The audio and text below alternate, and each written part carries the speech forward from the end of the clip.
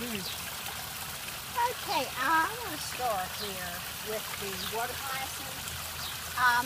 As you look at this pond, it's not really that big of a pond area.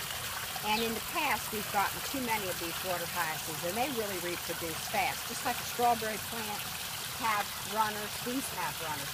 We started out with like 6 of them, and as you can see, the runners off of them. I mean, they just keep producing. So my theory with these water hyacinths, it helps to cool down the surface of the water, and the birds really enjoy this rock and this area here in order to bathe and stuff. They'll go in the shallow area. So I use this rock here as a gauge. When the water level goes down, I just take, and we have a water collection system, and I just start the hose up and bring the water level up to the top of that rock. So there's 2 ways of getting this algae out. And when you have like crevices, rock crevices, you can't always get it with this type of a thing. So I use this stick, and I just go down into these areas where, and I cleaned it yesterday, so there's not really going to be that much of anything in the way of algae right now to get. But this is what builds up in the pond, is this right here.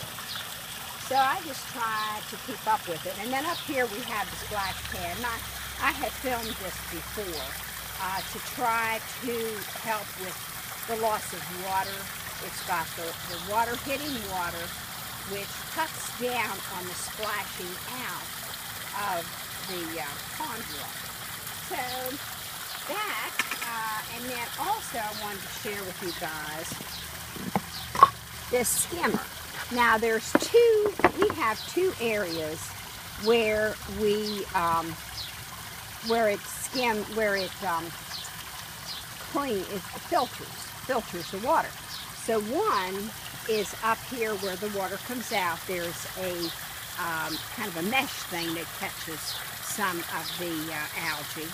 And then this skimmer here really does help a lot.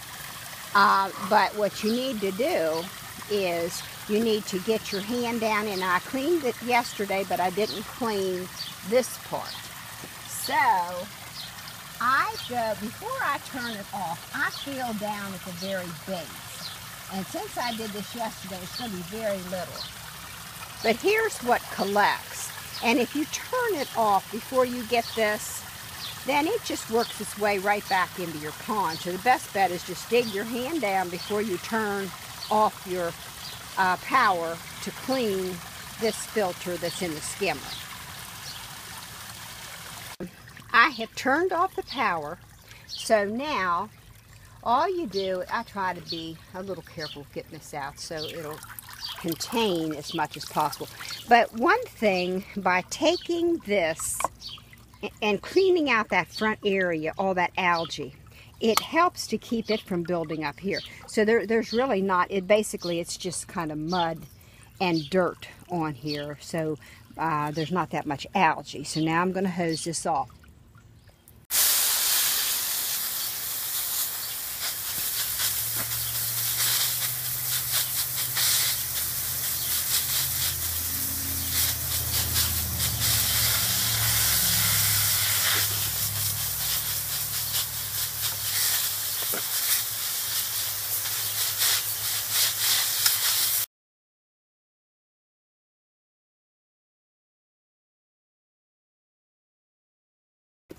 Now, this is one thing that I didn't notice right off the bat, but there is a more narrow area down here and a wider part at the top.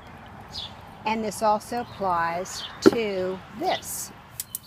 So what you need to do is you just have to line them up the way the wider part with the wider part, narrow part with the narrow part. And there's a little snail in there, caught in there. We'll throw him back in the pond. That helps to clean They're little scavengers to clean the pond. Okay, so here's another one. Give me a sec. Oh, he didn't make it.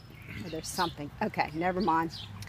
So now you just need to seep this, the narrow, because this here goes, it's more narrow at the bottom than the top.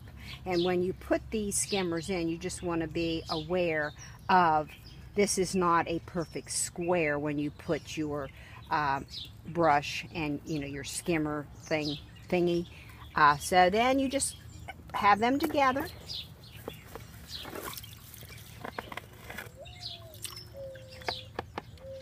And you just seat it.